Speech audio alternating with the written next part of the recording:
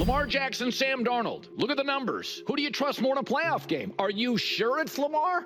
Could he have played better tonight? I'm sure he would tell you that he could have. Could I have coached better? I promise you I could have. In Week 18, the Minnesota Vikings had the unique opportunity to defeat the Detroit Lions and secure a first-round bye. In one of the biggest games of the entire season, Sam Darnold put together one of his worst performances, which put the 14-3 Minnesota Vikings in the wild card. There's no question about it that this game was legacy-altering for Sam Darnold and would be a huge indication of what his future would look like. And unfortunately, it seems like his worst nightmare was realized. Before we get to the content, I wanted to thank you guys for helping us reach 1 million subscribers. It wouldn't be possible without you guys supporting me throughout the past 5 years, and of course everyone behind the scenes helping me make the content. Now that we get all that out of the way, work!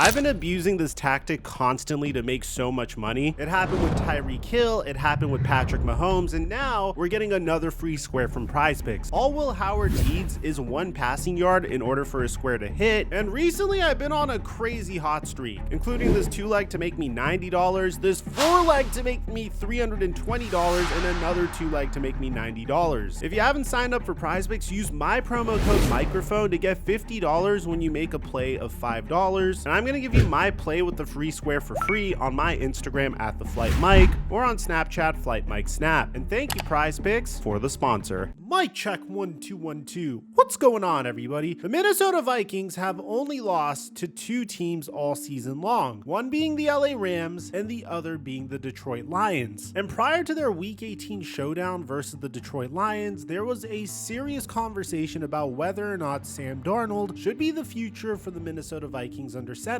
and if the Minnesota Vikings should consider trading JJ McCarthy, something that I proposed in our last video on Sam Darnold that was quickly shut down. Now, following the Vikings Week 18 collapse at the hands of the Detroit Lions, Dan Campbell went viral for saying this to Kevin O'Connell. I'll see him 2 weeks.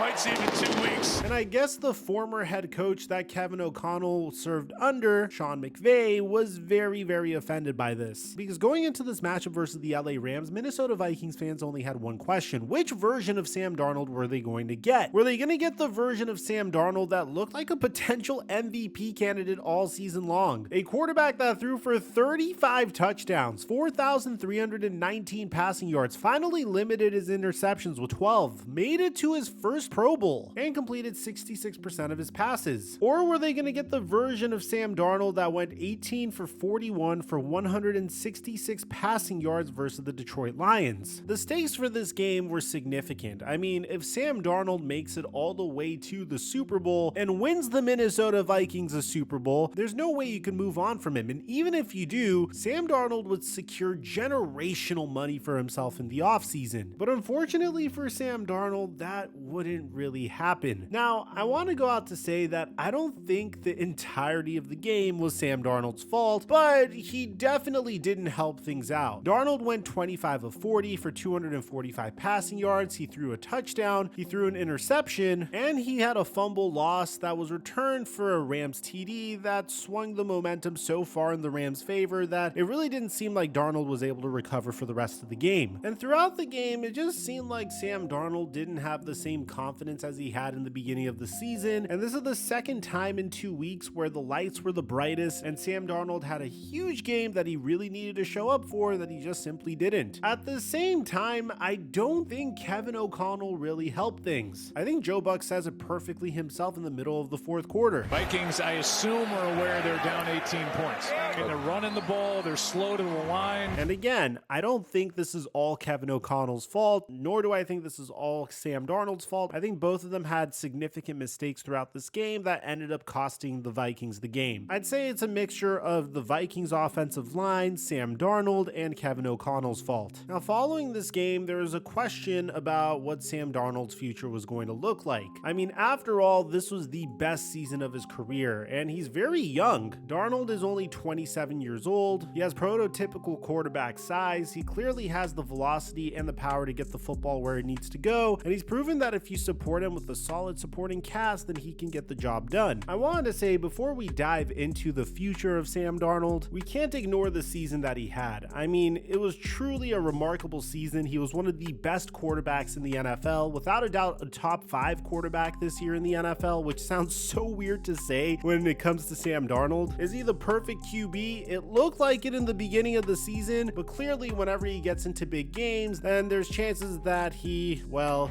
Seeing ghosts. and I think so far that's the biggest problem with him. Now, with that being said, there's a huge question of what Darnold's future is going to look like, because on one hand, Troy Aikman thinks that he kind of screwed himself. These last 2 weeks will have a big impact on his future, not only what that may look like for the Minnesota Vikings, but a big impact on what that may look like for him going to another team. Is there going to be the big payout that looked inevitable a few weeks ago may not be quite as big. But I think what's even more eye-opening is it seems like the Minnesota Vikings officially made their decision on Sam Darnold immediately after the game. I mean, if you just take a look at what Kevin O'Connell has to say about Sam Darnold, this doesn't sound like a head coach that is bringing Sam Darnold back for another year, nor does it make sense to bring Sam Darnold back for another year. A winning quarterback this year and the consistency at the times he had it throughout the year and what that meant for our team, because I think that can stay with him moving forward as he goes back to work.